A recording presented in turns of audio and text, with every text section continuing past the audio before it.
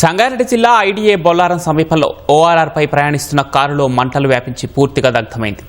గడ్డపోతారం పురపాలిక ఉపాధ్యక్షుడు మహేందర్ గౌడ్ తన కారును డ్రైవర్కిచ్చి మేడ్చల్ జిల్లా గండిమైసమ్మకు పని నిమిత్తం పంపించారు. తిరుగు ప్రయాణంలో ఐడిఏ బొల్లారం శివారులోకి రాగానే కారులో నుంచి ఒక్కసారిగా మంటలు చెలరేగాయి. మంటలు రావడం గుర్తించిన డ్రైవర్ వెంటనే కారు దిగిపోగా ప్రమాదం తప్పింది. పోలీసులు అగ్నిమాపక సిబ్బంది వచ్చేలోగా వాహనం పూర్తిగా కాలిపోయింది. కారు యజమాని ఫిర్యాదు మేరకు కేసు నమోదు చేసి దర్యాప్తు చేస్తున్నట్లు పోలీసులు తెలిపారు.